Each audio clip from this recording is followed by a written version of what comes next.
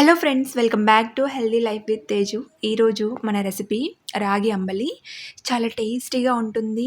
అందరూ కూడా రెగ్యులర్గా చేసుకుంటూ ఉంటారు సమ్మర్లో. ఈ రాగి అంబలిలో ఎస్పెషల్లీ గట్ హెల్త్కి చాలా మంచి ప్రోబయోటిక్స్ ఉంటాయండి.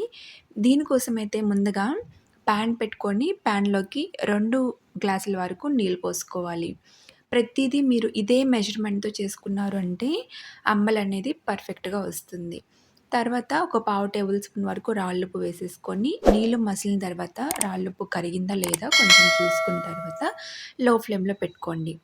ఆ తర్వాత అర గ్లాస్ వరకు రాగి పిండి వేసుకోవాలి. మనం ఏ గ్లాస్‌తో నీళ్ళు తీసుకున్నామో సేమ్ అదే గ్లాస్‌తో అన్నీ కూడా కొలత తీసుకోవాలి. ఇప్పుడు రాగి పిండి కొంచెం కొంచెం వేసుకుంటూ కలుపుకుంటూ ఉండాలి.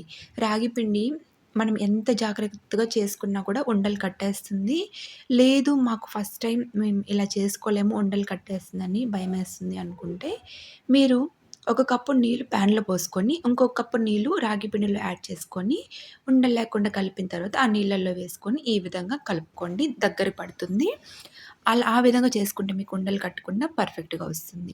సో, ఇక్కడ ఎక్కడైనా లంప్స్ ఉంటే నేను బాగా నీట్‌గా స్మాష్ చేసుకున్న తర్వాత కన్సిస్టెన్సీ ఈ విధంగా ఉండాలి. కొంచెం గట్టిగున్నా కూడా పర్లేదు. ఇంకా స్టవ్ ఆఫ్ చేసేసుకొని కంప్లీట్‌గా చల్లారనివ్వండి. చల్లారాక ఈ విధంగా ఉంటుంది మనకి రాగి ముద్ద. సో, దీన్ని మనం నైట్‌లో ప్రిపేర్ చేసుకొని, ఒక గిన్నెలోకి తీసేసుకొని, నీళ్లు పోసి నైట్ అంతా ఫర్మెంట్ చేస్తేనే మనకి ఆ ప్రోబయోటిక్స్ అనేటివి చక్కగా ఫార్మ్ అవుతాయి అమల్లోకి. మీరెప్పుడైనా సరే నైట్ టైమ్‌లో ప్రిపేర్ చేసుకొని, మార్నింగ్ టైమ్‌లో తాగడానికి ట్రై చేయండి. ఎప్పటికప్పుడు చేసుకొని తాగాలి అంటే హెల్త్ వైస్ బెస్టే కానీ, మనకి అంత ఎక్కువగా ప్రోబయోటిక్స్ అయితే ఉండవు.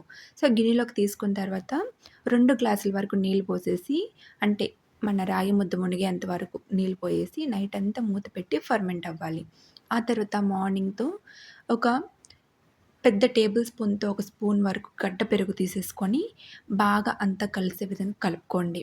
ఇలా కలుపుకునేటప్పుడు మీకు కలవట్లేదు, రాగి పిండి కొంచెం ముద్దలుగా ఉంది అనుకుంటే మిక్సీ పట్టేసుకోండి. నేనైతే అట్లా ఇప్పుడు గ్రైండ్ చేసుకున్నాను.